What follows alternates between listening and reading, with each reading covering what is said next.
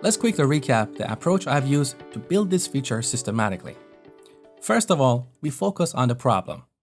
Make sure you understand what problem you're trying to solve. Otherwise, you're going to waste your time and energy writing useless code that doesn't provide value. As part of understanding the problem, focus on the core of the problem and get rid of all the distractions. Remember this building? We want to focus on the structure, not the windows or PowerPoints. Once you understand the essence of the problem and the key players in it, start from the backend, because this way you won't get distracted by complex UI or usability best practices. Think of the inputs and the output of the use case you're working on. This will help you build an API for this use case. Once you declare your API, look at the existing domain model implementation. Can the current implementation fulfill this use case? If yes, great.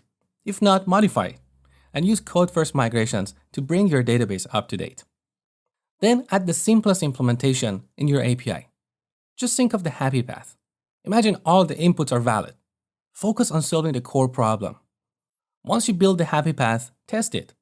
Make sure it's working. Then think of edge cases, one by one. Don't try to do too many things at once.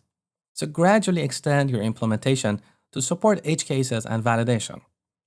Once you're done with your backend, move on to the front end. And all these concepts apply in the front end as well. So get rid of all the little details and focus on building the simplest user interface that works. Then gradually add little details, one at a time. With this approach, I can promise you can solve most, if not all, problems out there. Now in the next section, we're going to look at deployment and wrap up the course.